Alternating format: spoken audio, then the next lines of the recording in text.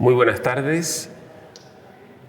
Como director del Museo Nacional de Bellas Artes, una cordialísima bienvenida a todas y todos quienes nos acompañan.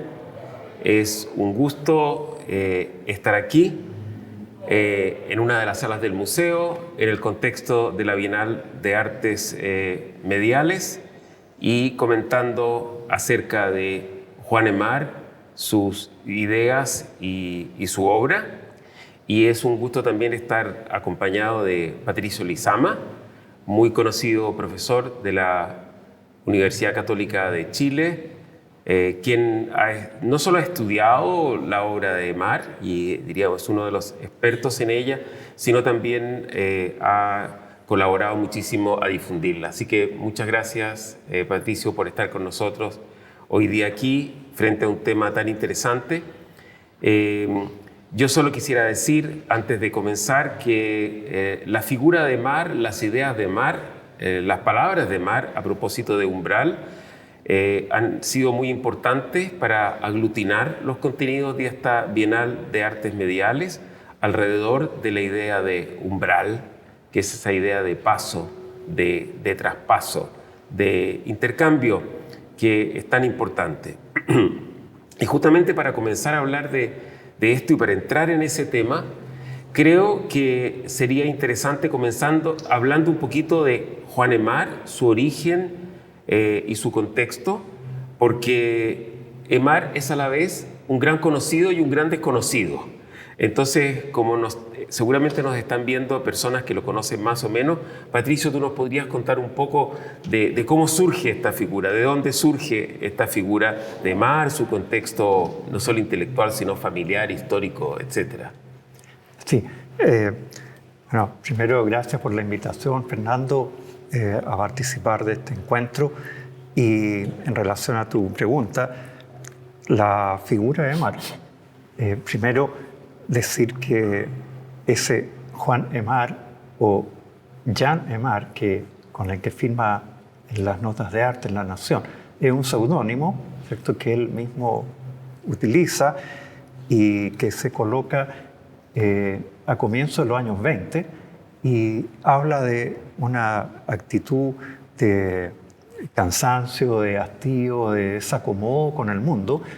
Y él es Álvaro Yáñez, ¿cierto? Su nombre verdadero, digamos, Álvaro Yáñez Bianchi. Alias Pilo. Alias Pilo.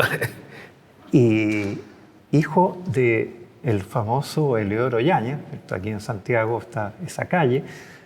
Eleodoro Yáñez, un abogado, alguien muy destacado en el espacio cultural, político de los años 10, del fin de siglo.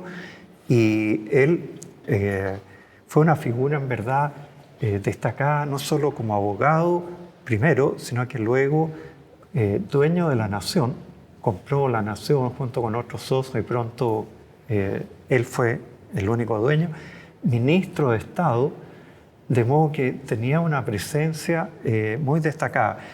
Esa presencia iba acompañada de una enorme pasión por la lectura, por la cultura, muy vinculado al mundo francés. Él recibía en su casa todo tipo de publicaciones, todo tipo de libros, en verdad muy actualizados.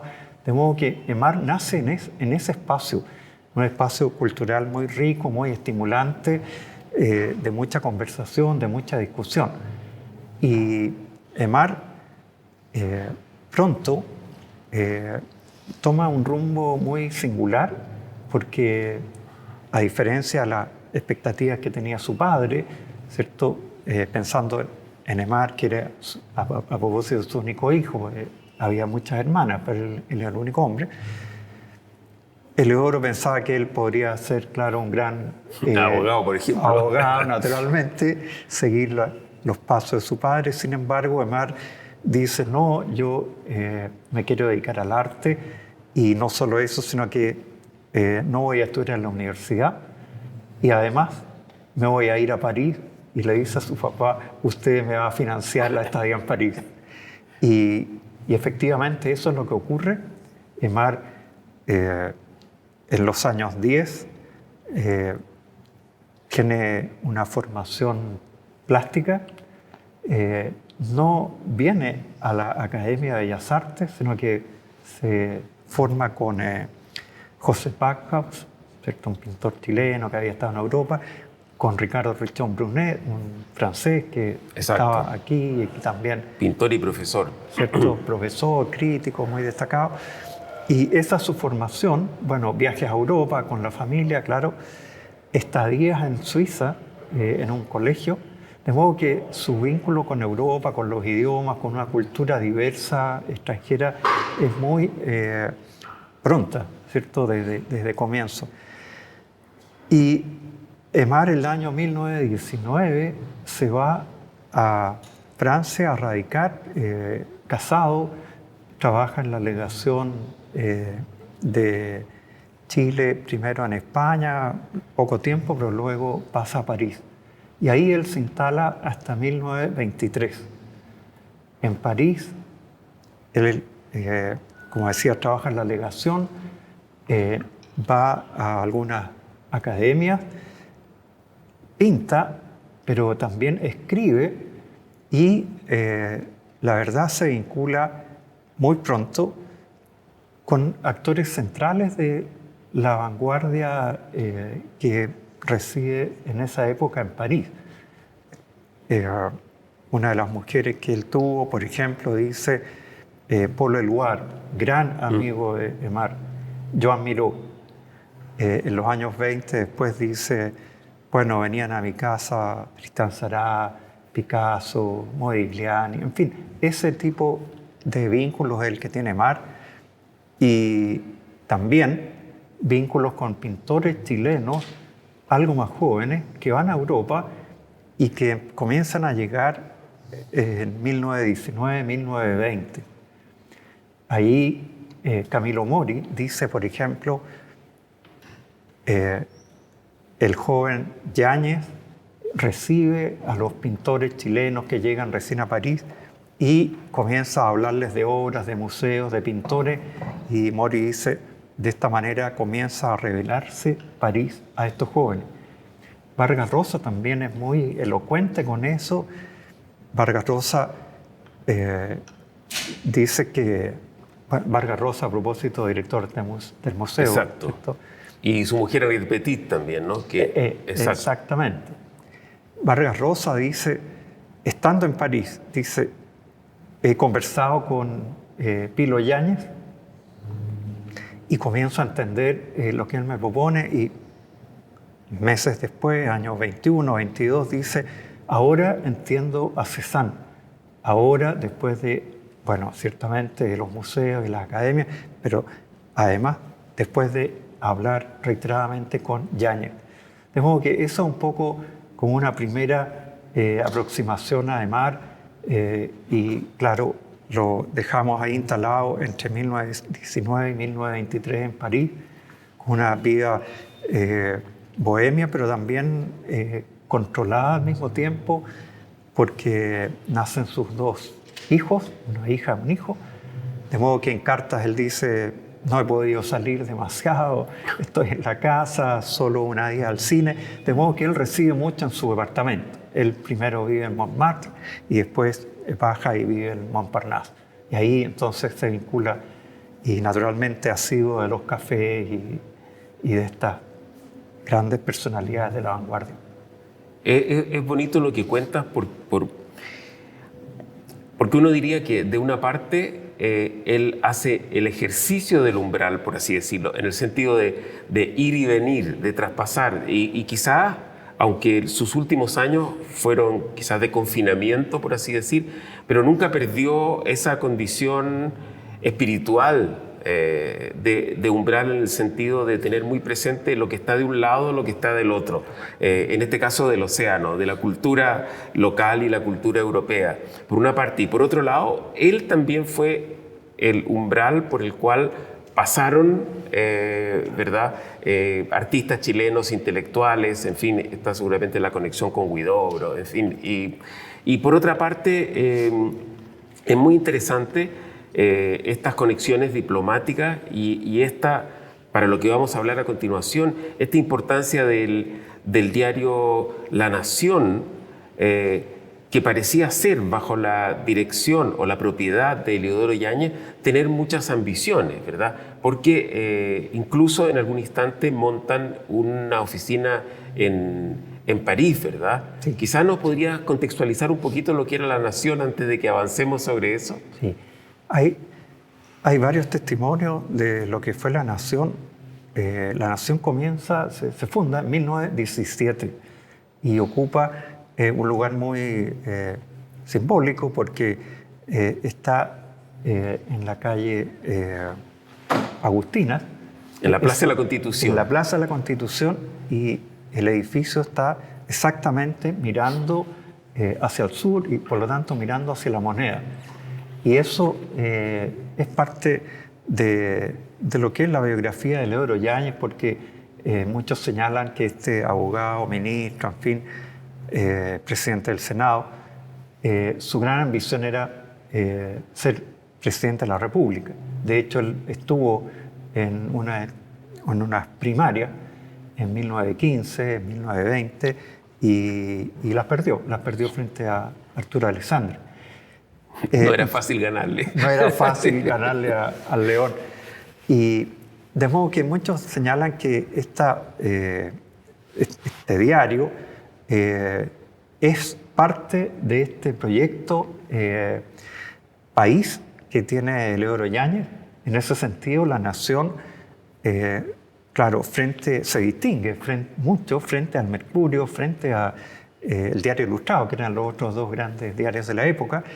Y La Nación, uno diría, tiene preocupación por el mundo obrero, tiene preocupación por el mundo del trabajo, preocupación por la vida cultural, por la vida de los deportes, por la vida sindical, de modo que hay varios elementos que hacen nueva a La Nación, a este periódico. Luego, señalemos que Heliodoro Yáñez es un viajero igual que Aimar. En los años 10 viaja mucho a Europa. Él es gran conocido en los medios europeos, particularmente España y Francia, y pronto tiene un liderazgo en el espacio de los diarios europeos. De modo que en La Nación también está esa conexión, ¿cierto? Apertura al mundo europeo, corresponsales chilenos o extranjeros, y en ese sentido es que Aimar, cuando regresa de Europa, su padre le da un espacio en las páginas del diario para hablar de arte moderno. Y esta preocupación continúa porque se instala el trabajo de Aimar en La Nación y para hablar sobre arte moderno con las notas de arte entre 1923 y 1925, y luego La Nación instala una oficina del diario en París y allí recibe, claro, a intelectuales franceses, chilenos. Es un núcleo nacional instalado en esa cultura tan plural. Y Aimar es el director de esa agencia, como le llaman. De modo que La Nación tiene una trayectoria muy ligada a Heliodoro, muy ligada a los cambios que se producen en Chile a partir de 1920, ¿cierto? Con la Alianza Liberal y la presidencia de Alessandri, y muy vinculada al mundo europeo. En ese sentido, gran apertura de La Nación, hasta que con la llegada de Ibáñez y por una serie de situaciones particulares, Ibáñez en el fondo le pide el diario La Nación, y Heliodoro tiene que entregar ese diario y sin ninguna gana, por cierto. Hay toda una situación muy incómoda para él y muy de fuerza de parte de Ibáñez, y Heliodoro se tiene que ir a Europa. Ese fue uno de sus grandes fracasos. Heliodoro exiliado en Europa, se termina la nación como la habíamos conocido entre 1917 y 1927, y allí la nación pasa a ser un órgano de gobierno, un órgano oficial, y en gran parte pierde la fisonomía que le había impreso Heliodoro. Es impresionante lo que dice, muy ilustrativo el hecho de referirse al edificio. Hay que decir que el edificio de la Nación era un edificio muy, muy bonito, muy interesante, pero que además es como el edificio fundador del barrio cívico, porque es el primero de los que se instalan allí en la Plaza de la Constitución, relativamente al centro, ¿verdad? Antes que existieran los que lo rodean, pero también el Hotel Carrera, el Ministerio de Hacienda, en fin, y todo el barrio cívico que luego se prolongó hacia el sur, digamos.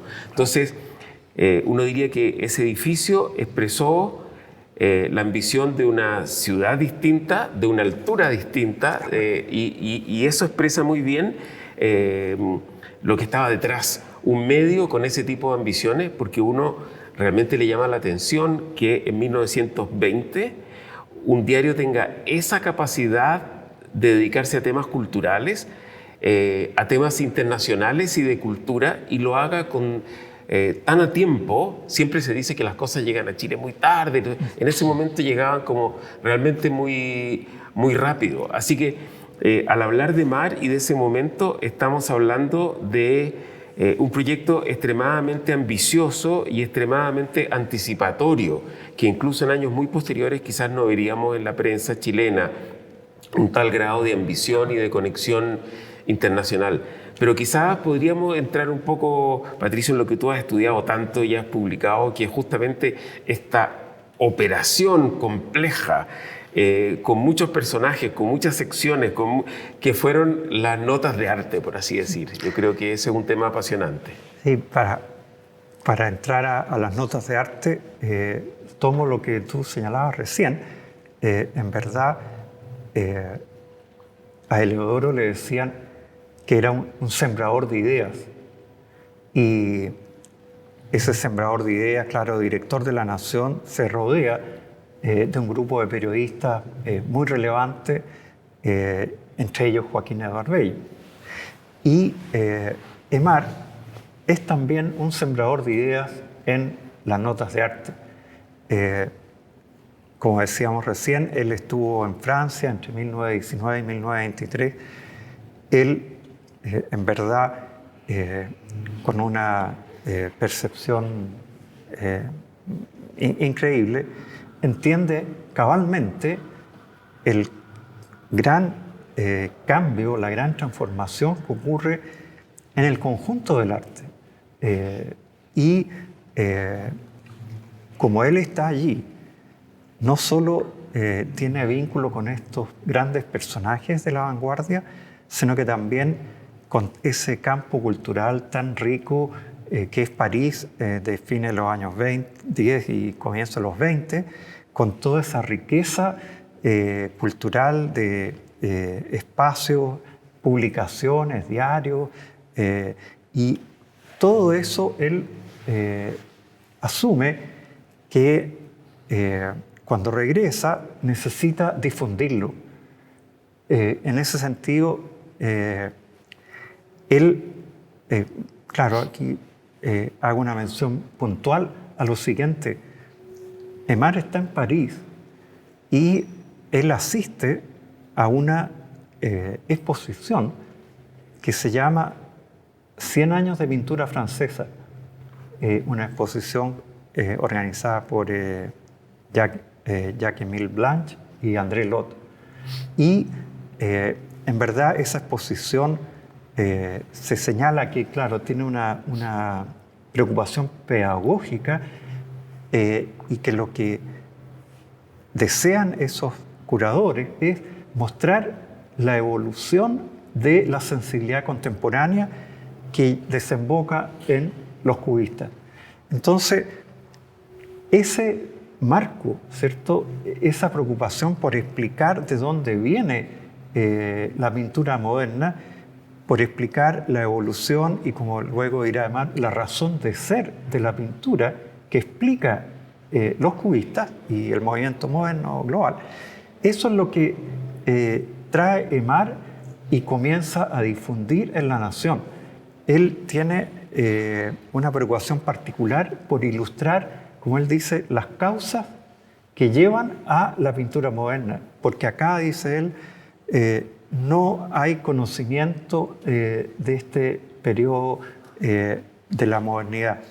De modo que, primero, él toma ese marco temporal, escribe sobre el cubismo, sobre Matisse, sobre, bueno, en términos de su procedencia, de Moreau. Combina eso con entrevistas a Camilo Mori, a Vargas Llosa, que ilustran precisamente lo que los pintores chilenos entienden, aprenden, incorporan de su estadía en París. Y luego, Aimar hace algo muy relevante. Él invita y estimula a que esos jóvenes pintores, amigos de él, con los que compartió en París, monten una exposición acá en Chile. Y eso es lo que ocurre en octubre de 1923. Aimar escribe en el diario sobre esa exposición, sobre cada uno de esos participantes, incluía ahí, claro, Henriette Petit.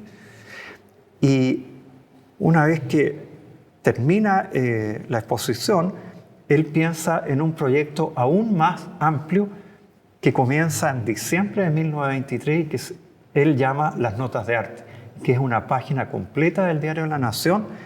Allí él arma un pequeño comité y comienza a difundir, en verdad, ya no solo la pintura, sino que el conjunto del arte nuevo. Allí habla él y escribe e ilustra, porque es muy eso gráfico, te iba a decir, ¿cierto?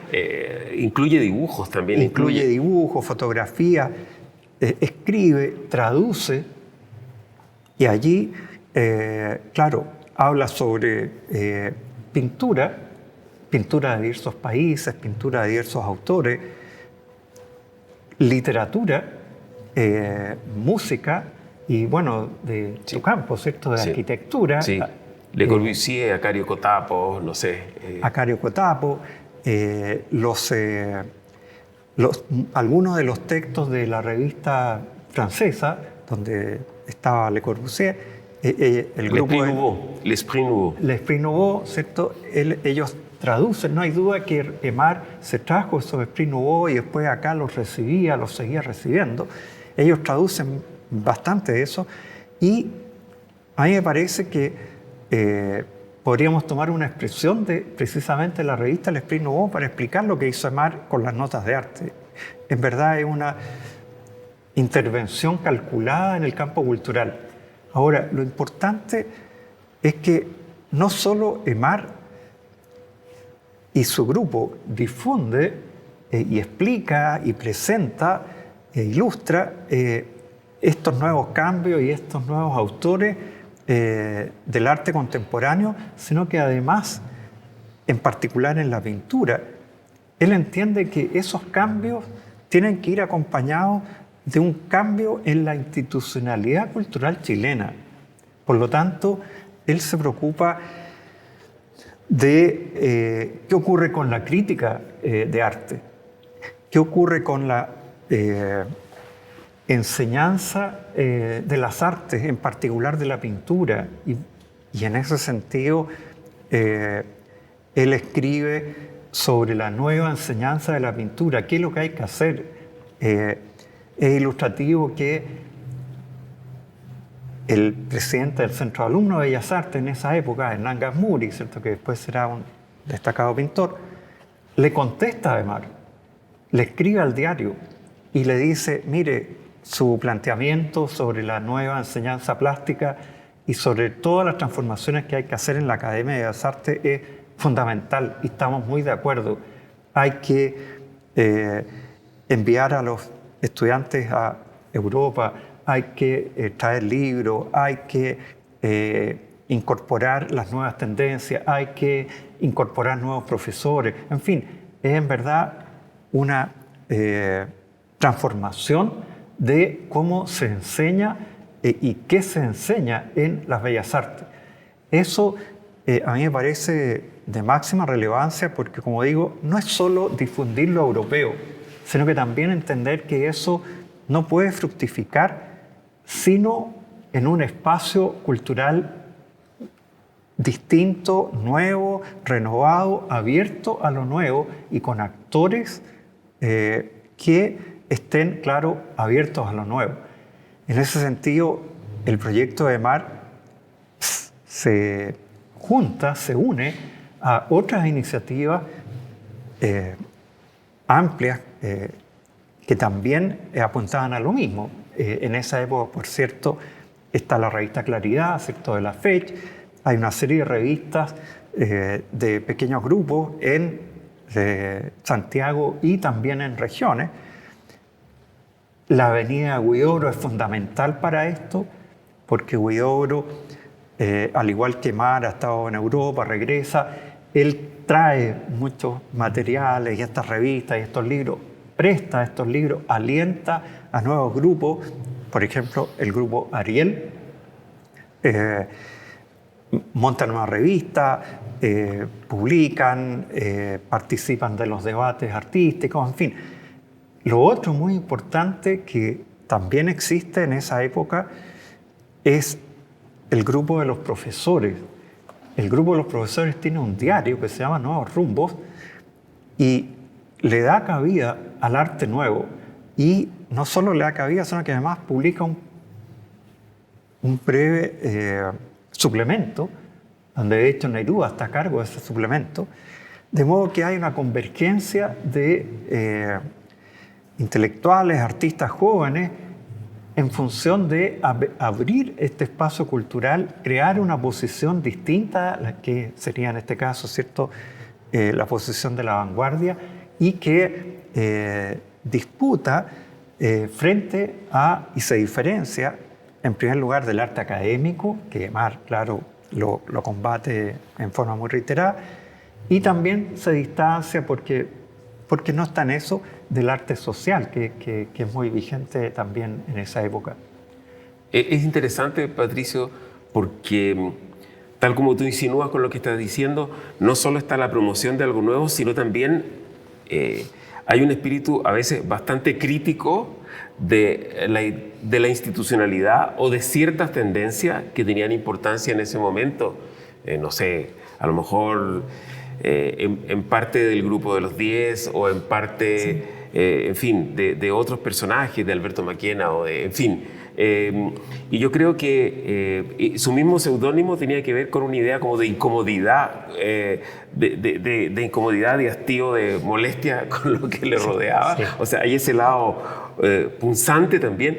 Y yo creo que en la introducción de la edición que tú hiciste de Notas de Arte, yo creo que hay un capítulo muy interesante que tiene y no tiene que ver con EMAR, que es como surrealista, digamos, y que tal vez opera como rebote. Tú lo puedes explicar mejor, que es este cierre de la Escuela de Bellas Artes y más tardío, ¿verdad?, y envío de los profesores a estudiar fuera, que yo creo que es una cosa insólita, ¿no? En verdad, eso es una gran paradoja, porque, como decíamos recién, él que no ha asistido nunca a la academia, pero que conoce perfecto lo que ocurre en la academia y conoce a sus profesores, a sus estudiantes, a sus amigos, él está muy en contra de la academia y al comienzo de su trabajo, en 1923, dialogando con Mori, hacen una broma y dicen, bueno, aquí no hay nada más que hacer, lo único que habría que hacer es cerrar la Escuela de Bellas Artes. Y claro, están con un humor negro, ¿cierto? Están con gran molestia y utilizan el humor para hablar de eso. Y comienza un diálogo muy hilarante porque dicen, bueno, pero cerremos la Escuela de Bellas Artes, ya, y con el presupuesto de ese año mandamos a los pintores a Europa. Pero después dice, bueno, pero si cerramos la Escuela de Bellas Artes, ¿quién va a elegir a esos pintores? ¿Quién va a ser el jurado? No, entonces no, ya, los maestros de siempre, entonces no hagamos nada, dejemos abierta la Escuela de Bellas Artes. Eso que él dice en broma, ¿cierto? Y con mucho sarcasmo, curiosamente es lo que ocurre... Bajo Ibáñez.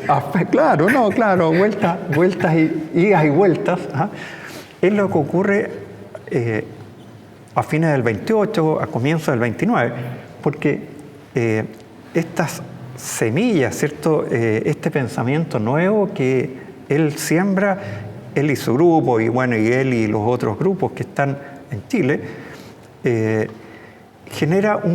comienza a generar ya un cambio el año 27 con un director que es Carlos Izammit, director que piensa que es importante el arte nativo, en consonancia, claro, con lo que quiere Ibáñez, ¿cierto? Que es una mirada nacionalista del arte.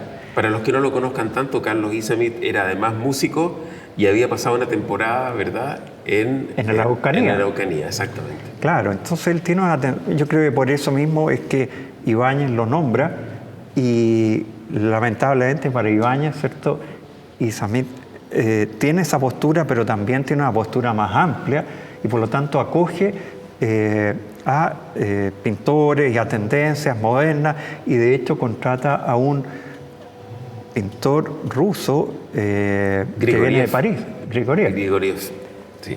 Grigoriev causa un impacto enorme. Él viene respaldado por una obra importante, por una estadía en París larga, de modo que pronto los salones de 1927, los salones de 1928 y al final la formación que comienza a dar la academia es totalmente contraria a lo que quería que ocurriera a partir de lo que piensan los ministros de Ibáñez y el propio Ibáñez. Ibáñez también quiere un arte nacional y un arte industrial, ¿cierto? Quiere formar a los artistas también en ese sentido. Arte aplicada, claro. Entonces se produce una pugna enorme, ya con el Salón del 27, ya con el Salón del 28, entre esta tendencia, diríamos, oficial que propugna el gobierno y que esperan que Carlos Izammit la plantee, y lo que de hecho ocurre, que esta apertura a las tendencias extranjerizantes, modernas, en fin, europeas. Y eso termina en una decisión del ministro Pablo Ramírez, ministro de Hacienda, que dice efectivamente lo que decía Aymar en Sorna. Claro, causas habrá, cierto, diversas. Yo creo que al final el gobierno quiere cerrar la Escuela de Bellas Artes por todo este debate, por esta gran polémica que hay. Y entonces dice exactamente lo que plantea Aymar y Mori el 23. Cierre la Escuela de Bellas Artes durante todo el año 29, con los fondos de todo el año, mandar a artistas a Europa a perfeccionarse. Y, bueno, quedan los profesores, queda el jurado, y vienen, bueno, innumerables paradojas, porque, por ejemplo, Mori es uno de los beneficiados para ir a becado en una segunda estadía. Varios años a Europa. Exacto. Y hay otros, claro, hombres y mujeres también vinculados al arte nuevo, que tienen esas preferencias plásticas, que van a Europa beneficiados por un gobierno que propugna un arte nacionalista. Ahora, a la vez, ellos van, claro, no para vincularse y estudiar y profundizar en el arte puro, sino que a las artes aplicadas, de modo que se van a distintos lugares de Europa. Al final de cuentas, ciertamente todos están felices con este viaje, es una gran oportunidad, va un gran número de artistas, y lamentablemente viene la crisis del 29. ¿cierto? La gran crisis económica mundial, de modo que los fondos comienzan a escasear y al final la gran mayoría de estos becados regresa a fines de los años 30, algunos logran subsistir y se quedan un poco más, pero en definitiva es un proyecto a medias logrado y lleno de estas paradojas que tú señalabas. Claro. Muy curioso, es muy curioso. Yo volviendo al tema de las notas de arte como núcleo, tú algo anunciaste, pero me parece que una de las cosas que Aymar hizo, como hacía en su departamento en París, es como juntar gente, ¿no? Llamar gente. Sí. Y a lo mejor has mencionado alguno, a Vargas Llosa, a Mori, pero quizás nos puedes contar un poco más de cuáles eran los personajes que circulaban alrededor de las notas de arte, incluyendo, no sé, intervenciones muy peculiares, como por ejemplo las de Sara Malvar u otros, digamos, ¿no? Sara Malvar, en verdad, está muy bien que tú la menciones, porque ella es una figura enorme para este grupo de las notas de arte y para este grupo de artistas jóvenes chilenos. Sara Malvar, se casa en 1917 con este profesor de Aymar, precisamente, José Backhaus, y viajan a España, luego a París. De hecho, veranean juntos, Aymar y su mujer, Mina Yáñez, José Backhaus y Sara Malvar. Y ella, allí en París, hace lo mismo que Aymar, se vincula con grandes personalidades de la vanguardia a través de otra figura chilena que es muy importante en esa época y para muchas personas de la vanguardia, como es Eugenia Huici. Y luego regresa en 1924 Sara Malvar, y ella es igual que Aymar, entiende a cabalidad y con una enorme lucidez lo que ocurre en el conjunto del arte contemporáneo, de modo que Aymar, cuando ella regresa, la invita de inmediato a escribir en las notas de arte y a formar parte de este pequeño comité. Yo diría que los textos de Sara Malvar en relación a arquitectura, a pintura moderna, a poesía moderna, son notables. Ella, si Aymar, como decíamos recién, habla de la razón de ser de la pintura moderna, Sara habla de la razón de ser de la poesía moderna, y sus textos sobre Rimbaud, Apollinaire, Huidobro, su definición del poema moderno son notables, tiene una vigencia enorme. Junto con Sara Malvar, uno destacaría, como decíamos recién, a Luis Vargas Llosa, a Julio Ortiz de Zárate, que Julio Ortiz de Zárate viene del grupo de los 10, también está vinculado a la bohemia nerudiana, y claro, va a París, regresa. Él también es alguien muy cercano a Aymar. Otra persona que es fundamental, cercano, amigo de Aymar, es Huidobro, como decíamos, con sus visitas acá. Él organiza a los jóvenes, presta cuadros que él tiene. De hecho, en el Salón de Junio que organiza este grupo de las notas de arte, el Salón de Junio de 1925, Aymar, Huidobro prestan cuadros de cubistas, ¿cierto? Y se exponen acá. De modo que Huidobro también es alguien central a destacar, si bien está mucho en Europa, sus venidas y su vínculo es fundamental. Algo que decíamos también recién, junto con Joan Miró, Juan Gris es otra persona muy importante para Aymar. Y muy cercano a Huidobro. Cercano a Huidobro. Sí. Fíjate, Fernando, que en una de las cartas que intercambian Huidobro en París y Aimar en Chile, se alude a que Juan Gris, bueno, a iniciativa de Huidobro y Aimar, pensaba mandar cuadros de él, bueno, y de otros amigos de él, para vender acá en Chile. Y al final Huidobro y Aimar dicen, mira, en verdad, no, porque no va a ocurrir nada, nadie los va a comprar, en fin, podríamos haber tenido, claro, Juan Gris aquí. Otra persona también destacada y que gira en torno a las notas de arte son algunos intelectuales jóvenes como Fernando García Oldini, que es un joven universitario que escribe en claridad, músico. Oldini también es parte de las notas de arte, él escribe sobre música, es alguien que entiende muy bien también el arte contemporáneo. La otra persona que podríamos destacar es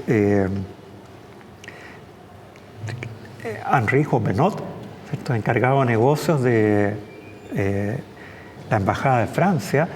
Él conoce a Aimar por las publicaciones en las notas de arte y se hacen grandes amigos. Y Jovenot está con él, comparten en su casa, también comentan la actualidad de lo que ocurre en Francia y en Europa, presta publicaciones, presta cuadros, en fin. Él también, claro, es otra persona fundamental para el espacio de las notas de arte. Ahora, tendríamos que hablar de las personas a las que Aimar le dio espacio en las notas de arte. Por ejemplo, Pablo de Roca. Pablo de Roca y su mujer, Binet de Roca, publican poemas en La Nación. Aimar le da espacio a la revista, una de las tantas, que publica Pablo de Roca en Concepción, la revista Dínamo, y allí, claro, hay comentarios de esa revista. También Laureano Guevara, pintor de la época, publica sus dibujos, sus cuadros. Yo creo que Aimar fue alguien que no solo, decíamos, difundió, no solo tuvo un pensamiento crítico frente a la institucionalidad, sino que fue, tal como tú decías, alguien que acogió, en este caso en el diario, a muchas personas del movimiento que apostaba por lo nuevo acá en Chile y le dio espacio generoso. Cruchaga Santamaría publica sus poemas en prosa, Waldo Seguel publica sus poemas, en fin, hay muchos nombres que después tienen importancia en la literatura, en la pintura, que encuentran en el espacio de Aimar un lugar para explicar, explicitar, mostrar lo que están trabajando y haciendo. Fascinante lo que cuenta. Yo creo que la idea de lugar que tú mencionas como un espacio que acoge gente, que articula, que permite un diálogo, una conversación, es muy importante. Y también habría que resaltar, ya para ir cerrando, yo diría, algunas características del propio Aimar que hemos mencionado y también en el caso de Sara Malvar, que vienen mucho a cuento con el ámbito que nos acoge, que es la Bienal de Artes Mediales, porque esa idea de interacción, de no estar sujeto, de no estar clasificado ni exactamente en una tendencia, ni exactamente en el ejercicio de un arte específico, sino pasar muy fluidamente, como hacía el propio Aimar o como hacía Sara Malvar. No sé, estamos nosotros ahora rodeados de una instalación de Raúl Ruiz, digamos, donde conviven un video con objetos, con otro tipo de cosas, y que es justamente una reflexión sobre los límites, las fronteras y los lugares de intercambio, ¿no?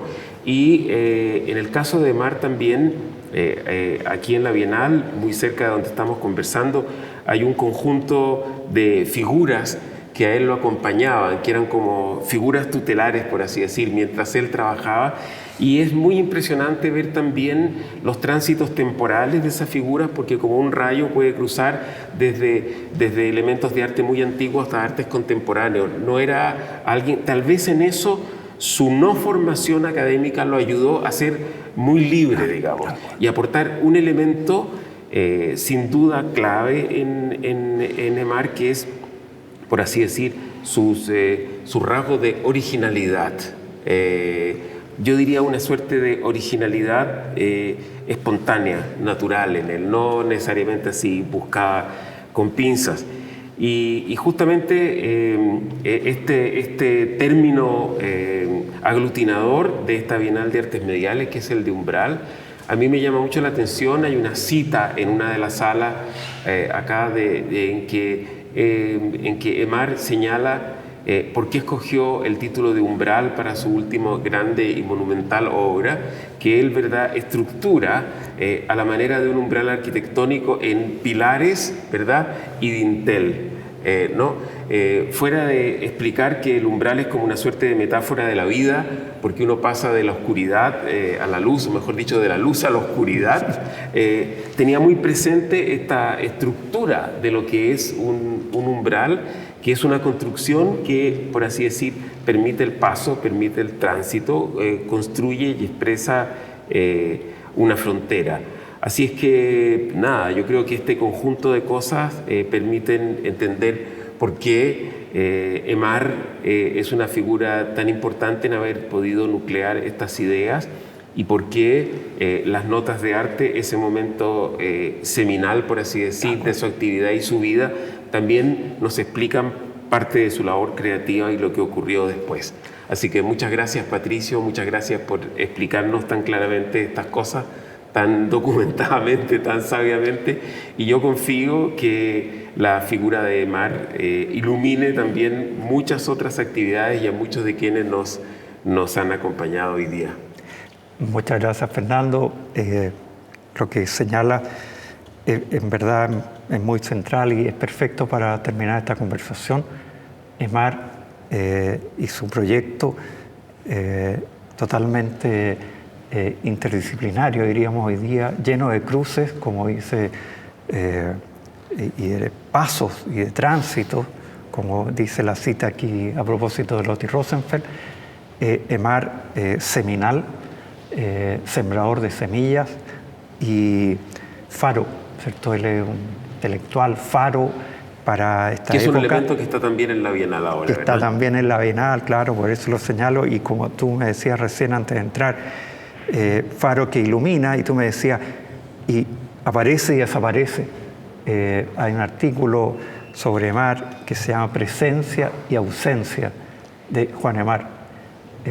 Eso también lo define, no solo esta flexibilidad, esta apertura, este derribar los límites y este derribar los compartimentos estancos, sino que también esta presencia y ausencia, y felizmente a través de esa presencia en las páginas del diario, bueno, en su trabajo literario y plástico, nos tiene hoy día convocados y nos tiene conversando. Así que nada, muchas gracias también a todos quienes nos han acompañado en este viaje por Juan Aimar, él como autor de Umbral y Umbral él mismo. Y sin más, nos despedimos y los invitamos a visitar la Bienal y ver algunas de las obras, instalaciones, ideas, sensibilidades, expresiones que estas nociones que también están ligadas a Aimar detonan. Muchísimas gracias.